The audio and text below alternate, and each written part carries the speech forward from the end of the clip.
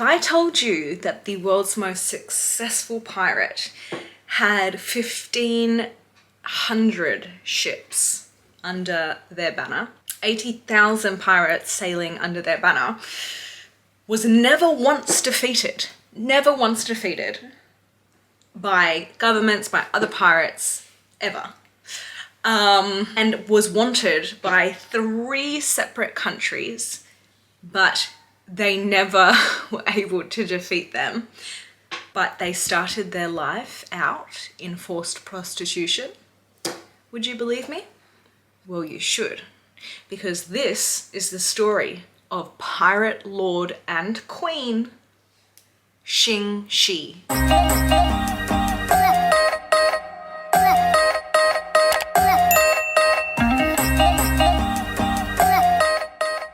I've spoken about Ching Shih a little on my TikTok, and you guys seem to love it, so I thought I would put the long version here on YouTube, because she lived one hell of a life. If you enjoy my videos or enjoy this topic, I would love it if you subscribe to my channel. It really helps a lot. And please always open to questions and reviews in the comments. As far as I am aware, Zheng Yi was her actual name. I believe that means that she was I think the name literally is like the wife of Zheng Yi. For the ongoing part of this video, I'm going to refer to her as Ching Shih, because that's what she was known as the pirate. And I feel like I can pronounce that name the best out of all of the names on offer, you know? So we don't know, but we think around 1771, somewhere in the south of China, she was born. She has so many names because we don't actually know what her birth name was. She navigated her way into becoming a sex worker. She lived in the Guangdong province, which was not an easy place to live in. Mortality rate for children was not high. She probably starved, fought off illness, etc., etc., to get to the point of, we assume, some form of maturity. We don't know exactly when she went into a life of prostitution, but it could have been quite young. In the 18th century, when she lived, China was an extremely powerful state. We're in the Qing dynasty, which may sound familiar because it was a very, very powerful point of Chinese history. Now, to put it simply, at this point in time, there was a huge population growth spurt, and the dynasty did not necessarily keep up with that growth, and so farmers who used to have more land and ability to farm were now out of a job. So they had to seek resources in ways that were potentially not legal. Because the government was struggling to control the various provinces, the local warlords basically took the law into their own hands, which gives the rise to sort of a mafia-esque style of existence. This essentially leads to the pirates, the warlords, being a very powerful force. They were the government, essentially, in these areas of 18th century China. A civil little situation, a little war that took place, and a lot of the navy was taken out. And so China then began to hire pirates, privateers as they were known. Now we see this a lot through pirating history, is that a lot of pirates were initially state funded. They were pirateers, they were buccaneers, whatever. We see it all through the Pirates of the Caribbean and whatever. China's the same. So they had these pirateers that they hired to replace the navy. Now there's a whole bunch of history on, you know, the power struggle between these different pirateers, but one makes it through as the clear leader, Zheng Yi. His whole ethos was, let's merge the pirating mob boss vibes into one big, powerful conglomerate. So now that we've spoken about that little background, let's go back to our girl in 1801. Somewhere in her teen years to potentially adulthood, we really don't know. I suspect, as a completely non-qualified person to suspect, that she was potentially a lot younger in this trade than people want to believe because of the environment in which she grew up in. This was a non-reputable trade.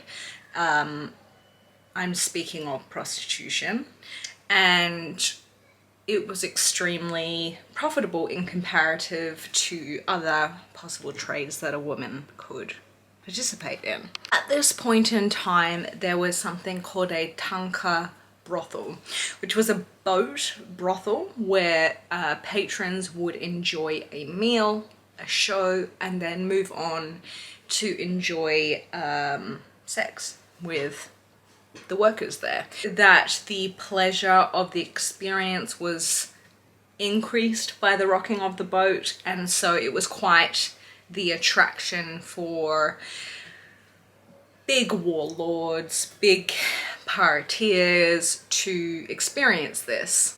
Now, Ching Shih was literally renowned amongst all of these Tanaka brothels as one of the most beautiful and physically aesthetic people. She also was renowned because she was extremely intelligent, and she obviously did a good job at her prostitution, at her sex work, and she was very good at strategizing and made great success out of her career.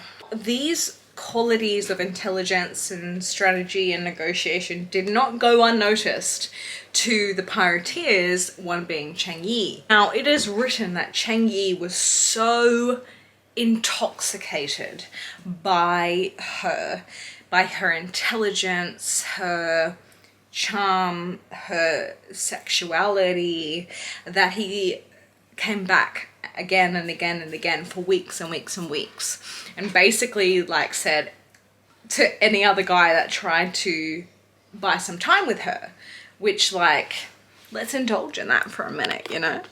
Also, as far as I have researched, there are people that dismiss the tale that he was abusive in nature and kidnapped her, which is the other side of the tale. From what I've read from people that have studied in this area, the first version and the more seductive version of the story seems to be true. So he then proposes to her, and she, being clever and obviously knew how to play a man, like this is Zheng Yi, you know what I mean? Like, this guy is like the top tier of the pirates. He ain't no, like, nobody, you know? She knew what she was doing, and like, I love her for that. Like, I love her for a lot of things, but I love her for her game. Anyway, he proposes to her, and she's like, on one condition. She would not be kept on the shore. No. She would be with him on his pirateering exploits. She would take half in his strategic planning, and she would have half of the plunderings. So anything they earned while pirateering, she would get 50%. Now, as you can imagine, this was extremely rare for this time. But Zheng Yi accepted, which makes me believe that he truly was absolutely infatuated by her, you know. She made it quite clear that she had like a one-in-one, same ideology. She wanted to unite the Chinese pirates from north, south, east, west into one big conglomerate. So they vibed, you know. But before they really set sail on their exploits, they enlarged their family in a somewhat non-conventional way. She didn't get pregnant, but they adopted. So at some point in 1801, they had captured the son of a fisherman named Cheng Pao. Zheng Yi took Cheng Pao as a lover and introduced him to the life of piracy. Now this was not abnormal for the time. Bisexuality and that sort of thing was not taboo. Now he was loved by Zheng Yi, and so what they did was they legally adopted him into their family. Now this was more a paperwork situation. He became their son so that inheritance rights would go to him. So I don't know, we don't know, there's no record of what the relationship was with Ching Shih. Was it a 3-person relationship? Potentially. As the child grows older, it's very clear that Ching Shih did have a relationship with him as well. So let's just say that they were a 3-person team. Honestly, Freud would have had a bloody field day on this one. Very much expanding their empire. So in Vietnam, the Tay Son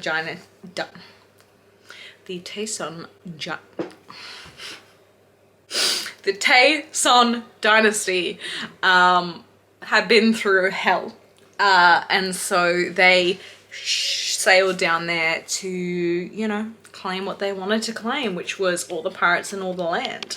Why are the fleets? They put up a flag into red, green, blue, yellow, different ranks. The red being the most strongest of the fleets. Anyway, they had fleets at this point. 300 ships and 40,000 men. Go and read something about the Pirates of the Caribbean. They had one boat. One singular boat. And these guys are out sporting 300 freaking boats in a fleet. Like, they were a big ass deal. They are focused on their end game, which is, again, uniting all of the pirate clans into one. Till they get to the point of having 400 ships sailing under their banner. 400.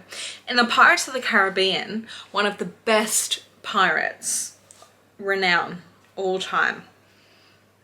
Was it William Bart? I don't know. Maybe something rather low. Was renowned because he seized 400 ships. These guys had 400 following them. No longer was this just some little pirates, you know. This was a navy.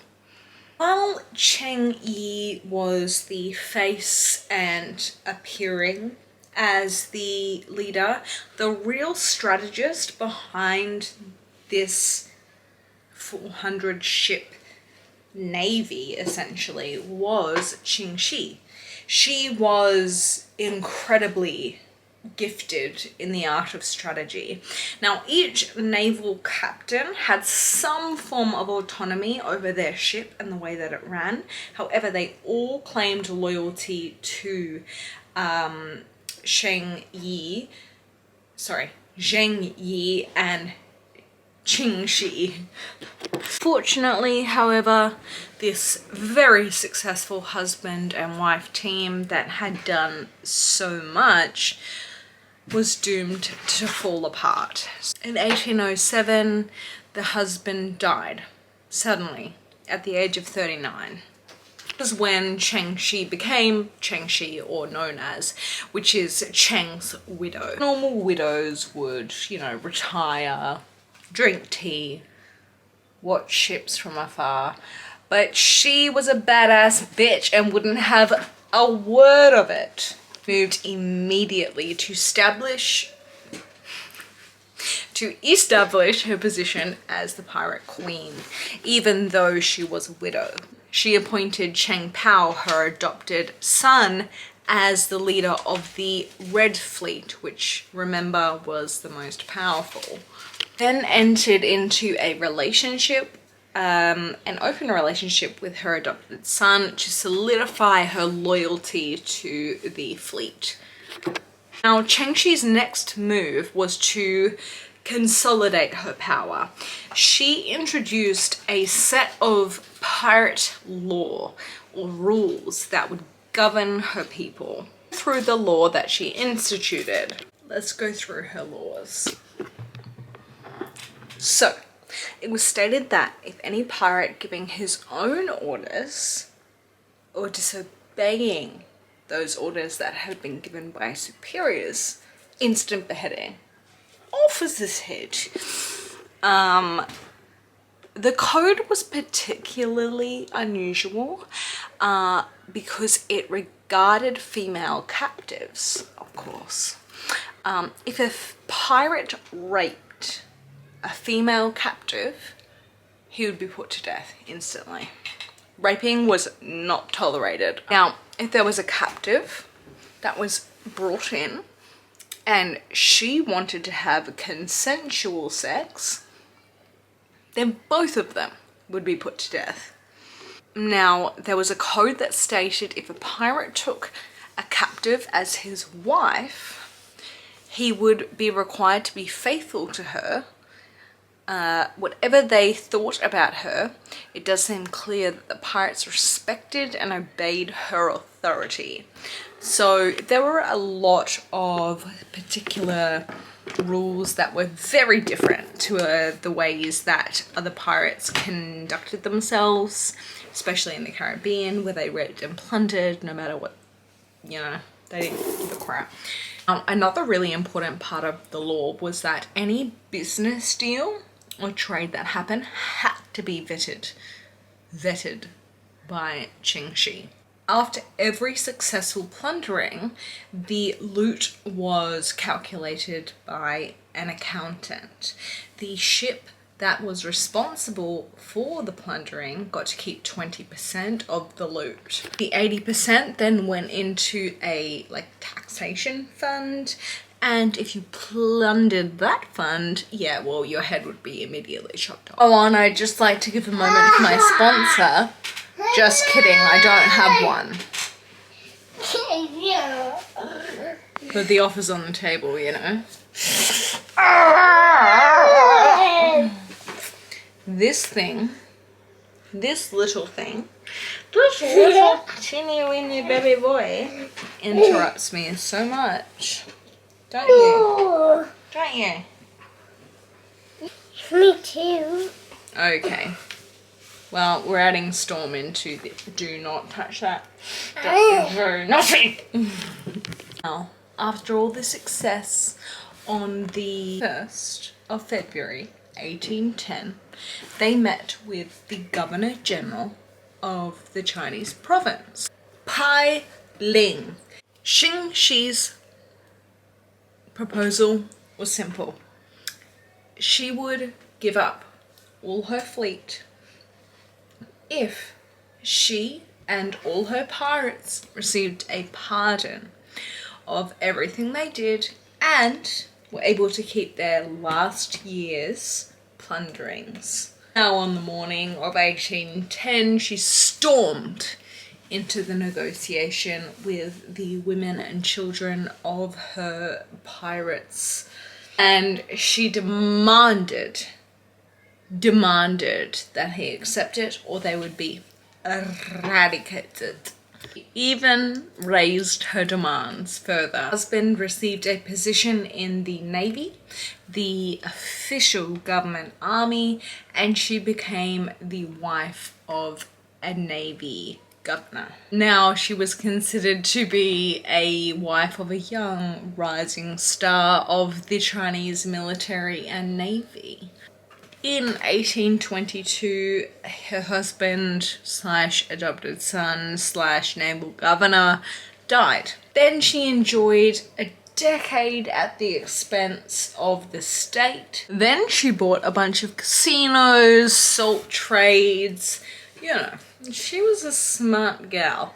Come 1840, she died peacefully as an old woman in old age. Oversaw prostitution, gambling, casinos, pirating, and in every sense of the word was a crime boss, let alone a badass effing bitch. Like, if you have enjoyed this video, please like, subscribe, comment, I don't know, do a handstand, click a bell, do whatever you want. If you have any comments on what I've spoken about, I would love it for you to interact. You can find me on TikTok, you can find me on Instagram, you can find me on Patreon, where we are currently about to study ancient Egypt. And yeah, I love you guys. Thank you very much for watching. Good evening, good morning, good day.